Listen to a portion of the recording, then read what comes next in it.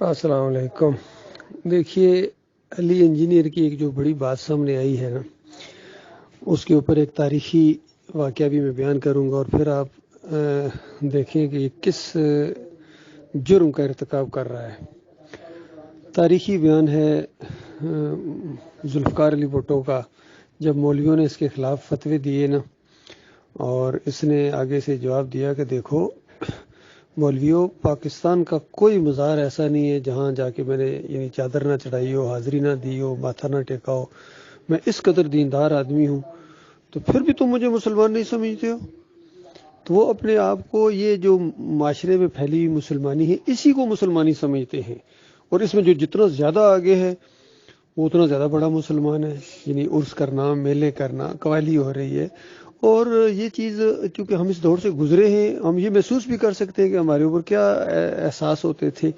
دربار پر جا کے حاضری دینا، وہاں کوئی چڑھاوا چڑھانا یا اس طرح کا معاملہ کرنا، کتنی ایک دینداری سمجھتے تھے، پیری مریدی کو دینداری سمجھتے تھے۔ مجھے ابھی تک یاد ہے، میں جب اسکول میں پڑھتا تھا تو یہ بات آگے پیچھے مشہور ہو گئی۔ ہمارا ایک ہسٹری کا ٹیچر تھا، تو آگے پیچھے باتیں بیان کرتے تھے کہ یہ وہابی ہے۔ تو ذہن میں یہ آتا تھا کہ یار یہ کیسا مسلمان ہے جو عرس پر نہیں جاتا ہے، مزار پر جاتا ہی نہیں ہے، یہ کس طرح کا مسلمان ہے؟ یہ اور بات کہ اس نے کبھی خود اپنے منہ سے نہیں کہا تھا، پوری کلاس کے اندر اس نے اشارہ بھی کبھی نہیں کیا، لیکن بات چونکہ مشہور تھی تو ہمیں پتہ تھا نہ، وہ کبھی چھیڑتا تھا ان باتوں کو۔ اور اللہ کے فضل و کرم سے جب اللہ نے مجھے ایمان کی دولت دی تو میں اپنے اسکول میں گیا۔ سارے ٹیچر جو کہ میرے واقف تھے بہت عزت کرتے تھے، میرا ایک اسکول میں پوزیشن تھی، اس وجہ سے ٹیچر جو ہوتے ہیں ایسے اسٹوڈنٹس کے وہ کرتے ہیں۔ تو میں سب کو جا کے ملا اور میں نے ان کو دعوت بھی دی، بلکہ مجھے ابھی تک یاد ہے میں پورا بنڈل فلا کا راستہ لے کے گیا، اور میں نے اسکول ہیڈ ماسٹر کو ملا، جو ٹیچر میرے واقف تھے ان کو ملا۔ تو میں نے ان کو کہا کہ میں کچھ لڑکوں سے گفتگو کرنا چاہتا ہوں دین کے اوپر۔ تو انہوں نے اتنا ہی اپریشیٹ کیا، انہوں نے کہا بالکل، وہ فوراً گھنٹی انہوں نے بجائی، تو انہوں نے پورے اسکول کی جس طرح اسمبلی نہیں ہوتی اس طرح پورے ہائی اسکول تھا ہو گئے، سارے ٹیچر بھی آ گئے۔ تو میں نے ان کو دعوت اللہ والے انداز میں موٹی موٹی ایمان کی دعوت دی۔ تو بہرحال وہ زیادہ تر ٹیچر اپنے کان کھجانا شروع ہو گئے جس طرح تکلیف ہوتی ہے ان کو۔ تو اس کے بعد جب میں نے بات کو ختم کیا تو میں نے کہا یہ کتابیں ہیں، اگر یہ بڑی کلاسز کے لڑکے خاص کر 10th کے، ان کو دے دیجیے یہ وہ۔ تو ٹیچروں نے کہا ٹھیک ہے ہم دے دیں گے، بعد میں دے دیں گے، آپ ابھی ہمیں مجھے دے دیں۔ یعنی مجھے پتہ چل گیا یہ نہیں دینا چاہ رہے ہیں، اور یقیناً انہوں نے نہیں دی ہوں گی۔ بہرحال پھر انفرادی طور پر بھی میں ٹیچروں سے ملا۔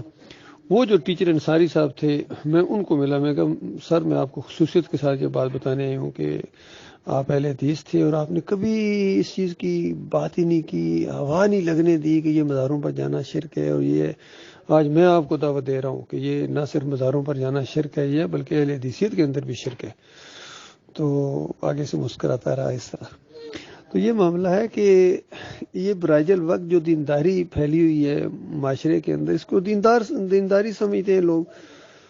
تو بالکل وہی بات کی ہے علی انجینئر نے، کہتا ہے کہ میں بریلویوں تمہارے پیچھے بھی نمازیں پڑھتا ہوں، دیوبندیوں تمہارے پیچھے بھی نمازیں پڑھتا ہوں، اہل حدیثوں تمہارے سب کے پیچھے میں نمازیں پڑھتا ہوں، شیعوں کے پیچھے، کیوں سب کا اس نے کہا اجتماعی کہ سب کو میں کے پیچھے نمازیں پڑھتا ہوں، اور پھر جس مسجد میں بھی جاتا ہوں چندہ دے کے آتا ہوں۔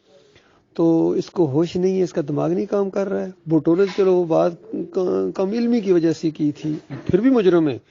اور یہ تو علم والا ہے جس کو اللہ تعالیٰ کہتا ہے کہ علم کے باوجود گمراہ کر دیا، اس کو اپنی آیات کا علم دیا اللہ تعالیٰ نے، لیکن اس کے بعد جن کو مشرک بھی سمجھتا ہے، پھر ان کو اپنا امام بھی مانتا ہے، تو کس طرح خیر آئے گی، کس طرح وہ لائن کہاں لگے گی؟ تو یہ اس کا بہت بڑا جرم ہے، اس کو کہتے ہیں کفر بالطاغوت نہ کرنا۔ یہ طاغوت کو اپنا امام مانتا ہے، باقی بھی اس کے جرائم ہے، عقیدے کے اندر بھی خرابی ہے، اور یہ سب سے بڑی بات طاغوت کو اپنا امام ماننا۔